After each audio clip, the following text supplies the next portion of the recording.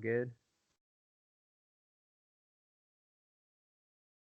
Everyone, hope everything's going well. Today we have a returning guest.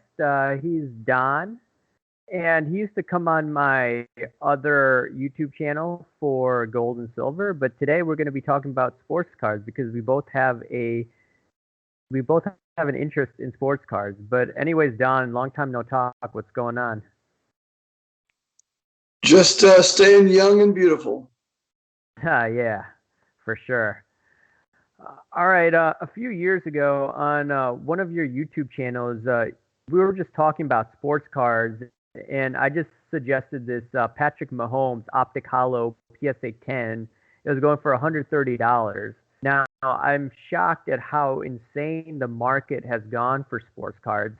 But what do you think is going on? Like, how could this card go from like $130 to about maybe 7 grand before the Super Bowl? And obviously, it's corrected at the time. But like, what on earth is going on here? Why are prices crazy? Well, first of all, um, not to toot my own horn too spectacularly, but I was trying to get people into sports cards 20 years ago, 10 years ago, 5 years ago. And you'll recall videos I did on the topic, and you and I talked about it. And what I find interesting is when you see what's going on with the market now, if you try to tell new investors in cards that now is not the best time to be buying, then of course you get the same reaction from these card buyers as you would from Silver Stacker in 2011 or Bitcoiner in the last 6 months. So it's always the same, it's never different.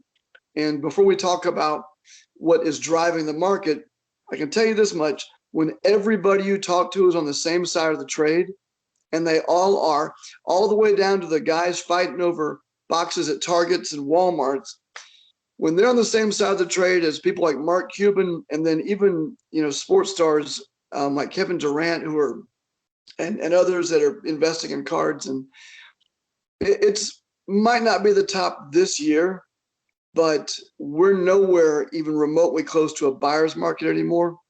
And this is very dangerous territory at the current prices for most cards.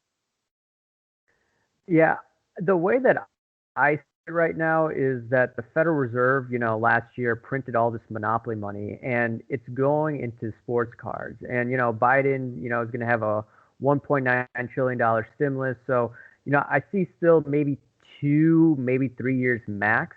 But you're right. I think a lot of people buying now are going to get hurt. And I don't know if you've heard of NBA Top Shot. Have you heard of that? No. Yeah. What? No, no, I have. What was it? Was it you that told me about?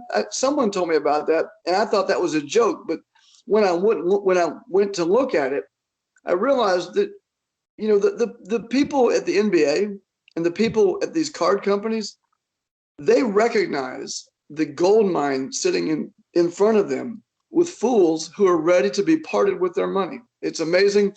They can literally now not even print cards, as you know, and they'll get people lining up to buy these cards. It's shocking. And to your point about the Federal Reserve, there's a factor that people don't realize or haven't thought about. The CARES Act has allowed people, millions of people, to not to pay their mortgages for the last year. And this has been extended, I think, until June or September. I mean, sometime later this year.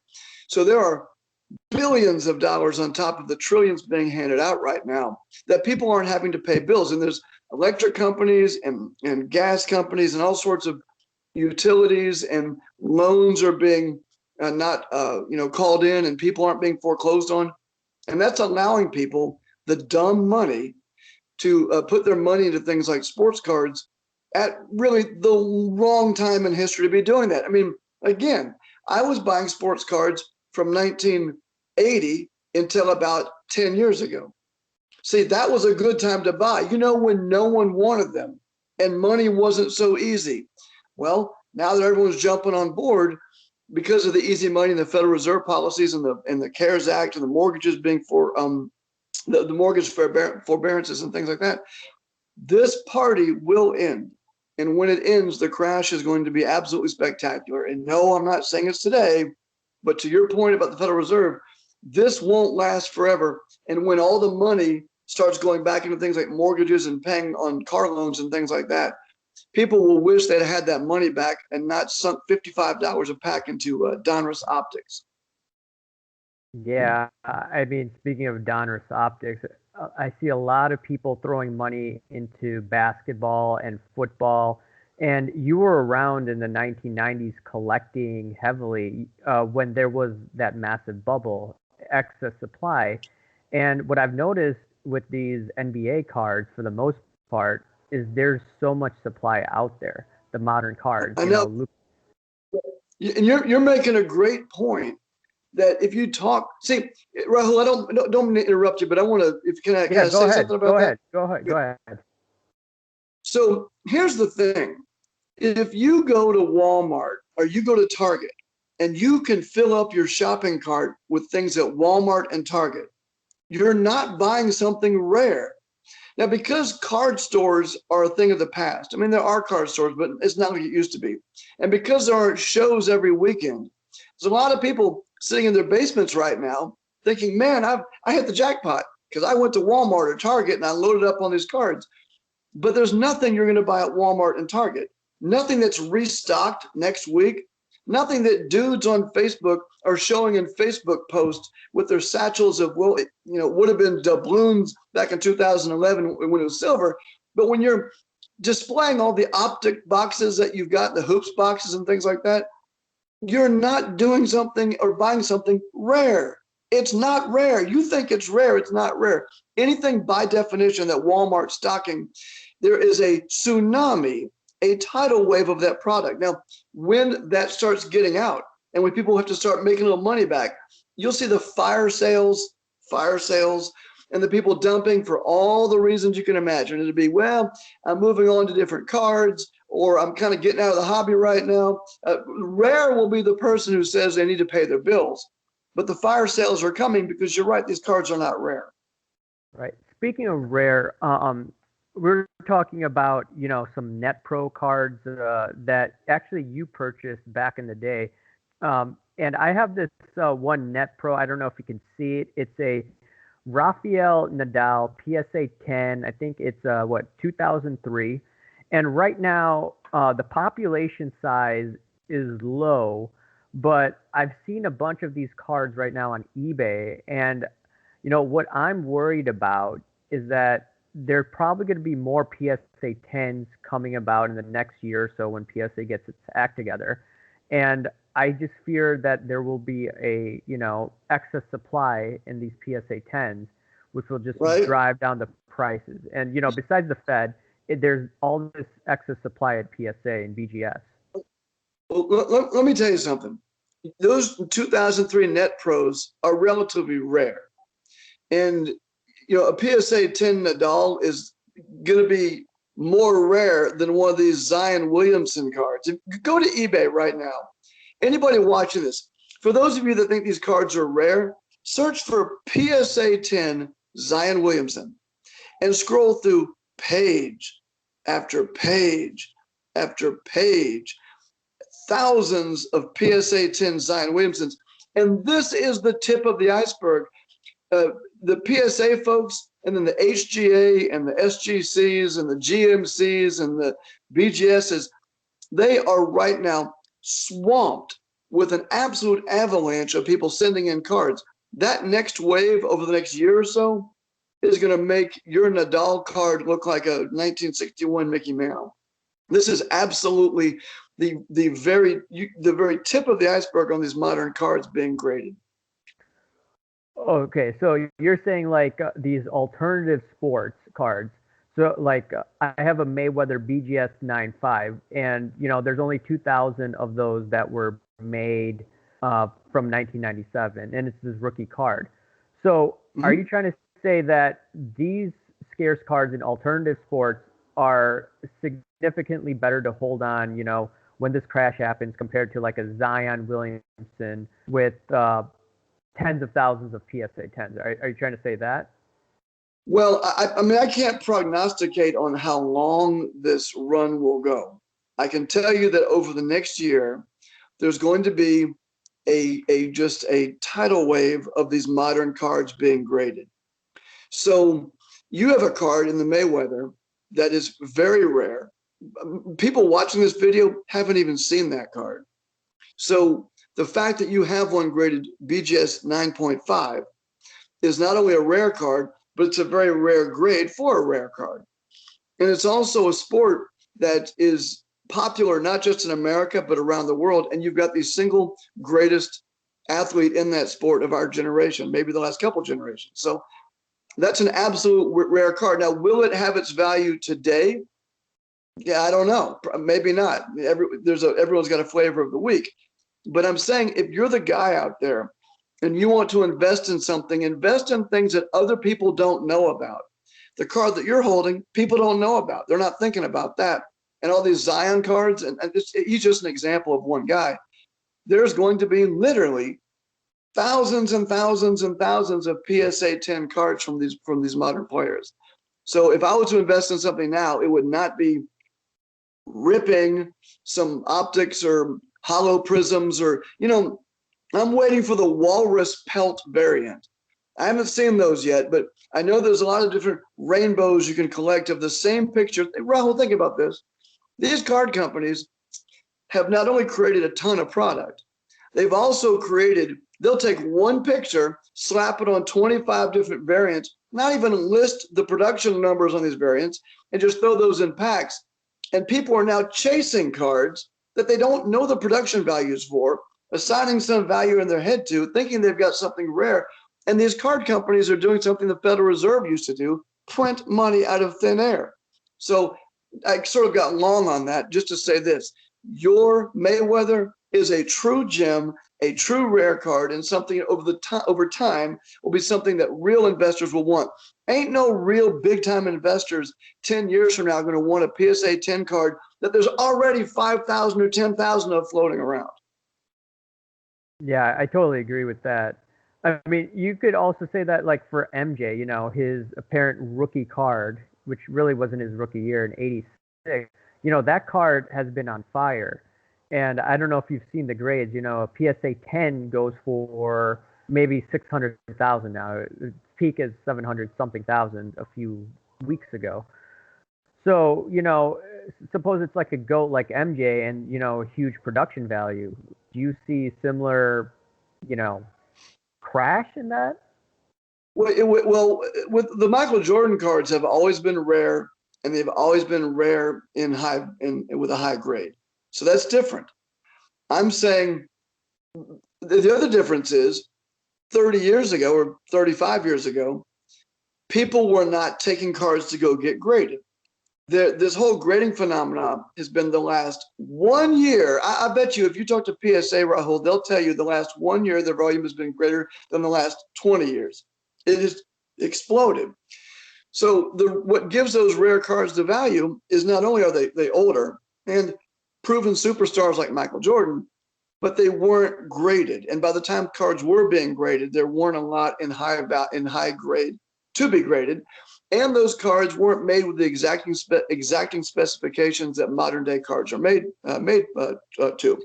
So if you're buying modern cards that already have a premium priced in of players who are not even as old in years as the career of some of these Hall of Famers were, if that's what you're doing, you're rolling the dice. That's not the same thing as investing in a Michael Jordan card. So a Jordan card for 500,000 or 600,000, to me, is probably a much better investment than I saw. There was one guy today, Luka, what's his name? Luka Doncic. Yeah. He had a 1-of-1 card, I think, that sold for like 4.1 million. What? Okay. Wait, when did this happen? Well, someone posted it was a Panini. Panini posted this, and someone posted the link to it on Facebook today. But that kind of stuff is idiotic. You could get that guy to come to your house, wash your car, take your daughter to the prom, and then tattoo his name on your butt for that kind of money. And yet people are paying for these. It's just ludicrous. Yeah. And by the way, hold on, one more thing. I'm not some oldster. I'm not saying, those crazy kids and their dumb, crazy ideas. I have been investing in sports cards for the last 35 years. I'm just saying, if you're just jumping on board right now, this is not a buyer's market.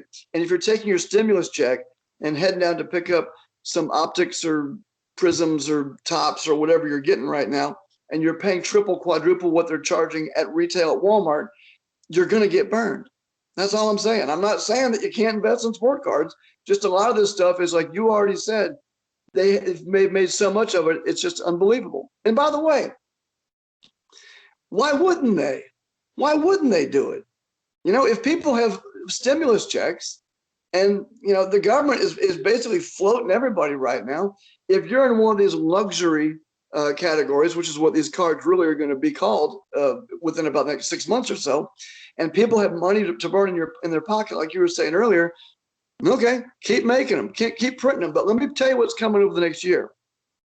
At Walmart and Target, any retail stores and at hobby shops, when you go to those places now and you have to fight to get those cards, you're going to see production rising and rising and rising, and they're going to meet that demand. Now, right about the time you can walk out of Walgreens or Shopko or wherever you are, and with a cart full of, you know, whatever you want, and everybody else can too, that'll be the time that the market's about to just totally collapse. Card companies, comic book companies, silver retailers, they all do the same thing. It's never different. They raise their production, they create a sense of scarcity to drive people in, and then the market collapses. And that hasn't happened yet, but we're going to get there over the next year or so. And next year or two, I see that totally happening. And you know, one last thing I wanted to get into is you said that you want to get into sports cards that no one else is looking at. And I have a mutual friend. Actually, I don't know if you remember John. He may have interviewed you a few times in the past. I interviewed him the other day, and he talked about the Main Street, Wall Street guy. Yeah. He's not there anymore. But he was telling me that he wanted to look at this Olympic player. This Olympian, Katie Ledecky. Like, no one has heard of her, and she's the GOAT of female swimming. And, you know, the SI for kid cards have been on fire lately. So, you know. I know. I saw that people are getting those tear out cards graded. That is insane. That's totally insane, but I've seen that. Yeah. The thing is, though, you know, on the high graded level for the SI for kids, you know, like a PSA 10, you know, like Usain Bolt, there's no PSA 10s out there, and he's the GOAT of track and field. So, you know, my thinking is, okay, you know, if hot money is going into, you know, these SI for kid cards, you know, what about, you know, so you don't agree with that type of investing? Well, here's the deal. Here's what I'm saying. Rahul, nobody in the history of collecting has ever collected track and field cards. It's never been a thing. Four Sport came out. There was a Four Sport deal in the 1990s, or a couple of years of that. They tried that with, didn't go anywhere. No one cares. Besides Bolt, you can't name one track and field star. Maybe I don't know who. So nobody collects that stuff. Now it may be hot, but nobody a year from now is going to say, give me that. What do you got on that Bolt rookie? That's not happening. It's never been a thing. It's not going to be a thing. Baseball, basketball, football, hockey. And then you've got, you know, golf and tennis on the outside, NASCAR, things like that. But you're not going to see track and field and gymnastic stars pulling big dollars. It's not going to happen. Maybe in the short term, but it's not a long-term deal. It's never been. It's not going to be. Yeah. The thing, though, is, you know, the Fed getting all this monopoly money. And, you know, later this decade, you know, after this crash, there's most likely going to be dollar devaluation. So, you know, people are going to, in my opinion, these investors are going to go into scarce cards. So that's where I'm going at with this. Okay. Well, I mean, it's possible, maybe, I guess, but I just don't see any way at all you're going to get. I'm looking for my power cord. My phone's about to go dead here. It's never been a thing. And, you know, Warren Buffett, you know, he's right. You want to invest in things you know about. You want to invest in things that have some sort of history. There is absolutely no history in people picking up you know, gymnasts and Olympic folks. And I mean, there's just not enough money going around to justify that stuff in the long run. In the short run, okay, knock yourself out. But I wouldn't put a penny into a Usain Bolt card. Why not pick up jockey cards, you know, like Willie Shoemaker? You know, that's kind of rare too. You know, you could buy anything rare, but just because it's rare doesn't mean people are going to want it more than over the next 15 minutes. Now, I'd be very careful simply thinking that you found something because, you know, people are cutting up SI for kids and having that stuff graded. Let me tell you something. Another canary in the coal mine are all these grading companies popping up. And in whatever town you live in, when you start seeing more card stores opening up and all that, not a good sign. Not a good sign. And if they ever start having in-person shows again, and everyone brings their truckload of cards down to like sell to each other, people would realize just how much product is out there. It's going to be startling at some point. Yep. I wonder how this crash is gonna, or what this crash is gonna do to all these newbies getting in. Could be just like silver all over again from a decade ago. Yeah, well, you know what, Rahul? Here's the deal. All right. Sorry, my phone is falling over. Yeah, no worries. The deal is there? Can you make money investing in cards? Sure, you can. And if people had listened to you and me years ago, they'd be making some money right now. But it's never different, Rahul. You know it's never different. You buy when everyone thinks it's a terrible idea and prices are hammered.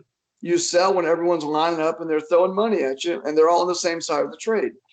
Right now, we're closer to the end of the cycle than the beginning. I'm not buying anything new right now. I'm waiting. And you go to Facebook, look at all the fire sales happening. They just openly call them fire sales. You can get commons and base cards of the optics, for example, for pennies on the dollar. And that's right now. So just be patient. Don't chase this madness. You're not going to get the bottom. You're not going to get the top. But this is not a buyer's market. Every single person I know is talking about buying sports cards. Think about real estate. Think about commodities back in the late 2000s, precious metals. These are all things which we've seen before. And I also know that I'm right about this because of the number of people that throw insults my way on Facebook and elsewhere about how wrong I am. I get almost nobody on my side of this issue. So I'm investing in things, but it's stuff that no one knows about. It's stuff that's, you know, players that are under the radar where I can get things on the cheap. I am absolutely not loading the boat on new product, period. Well said. And one more last thing before you go. You know how you said you're getting all these insults? So I did this video on NBA Top Shot, and I said just avoid it like the plague. And I've never been, you know, that term ratioed, you know, in a long time, you know, like 9 likes, 21 dislikes, you know, obviously is a catchy headline, but, you know. Listen, Rahul, here's your problem, Rahul. Don't you get it? The people watching your videos, the people watching your videos are smart, savvy, wise investors. They're hedge fund managers and Wall Street tycoons. They know much better than you about the cycle of a bubble or a bull or a bear market.